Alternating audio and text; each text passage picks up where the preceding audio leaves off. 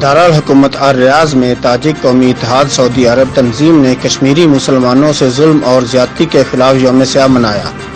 جس میں تاجک قوم، مشوانی قوم، مان خیل قوم، روغانی قوم اور تاران قوم کے فرزندان اور مشیران اور دوسرے قوم کے فرزندان اور مشیران نے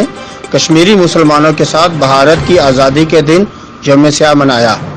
تقریب سے خطاب کرتے ہوئے تاجک قومی اتحاد کے صدر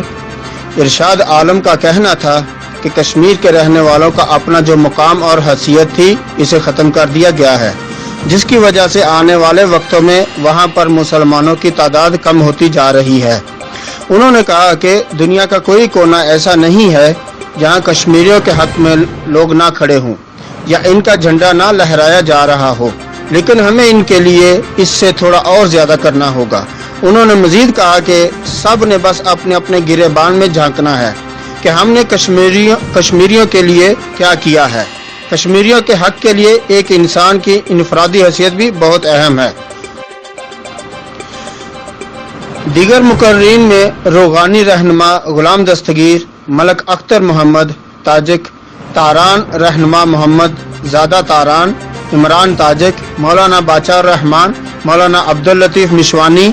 جنرل سیکرٹری مشوانی قومی تڑون ظہور الحق تاجل، جنرل سیکرٹری تاجک قومی اتحاد اور حاجی تاج پرور تاجک عطا اللہ تاجک نے بھی کشمیری بھائیوں سے یکجہتی کا اظہار کیا۔ امیر محمد صدر التمان خیل قومی اتحاد، اکرام الحق مشوانی سینئر چیئرمین مشوانی قوم شورا،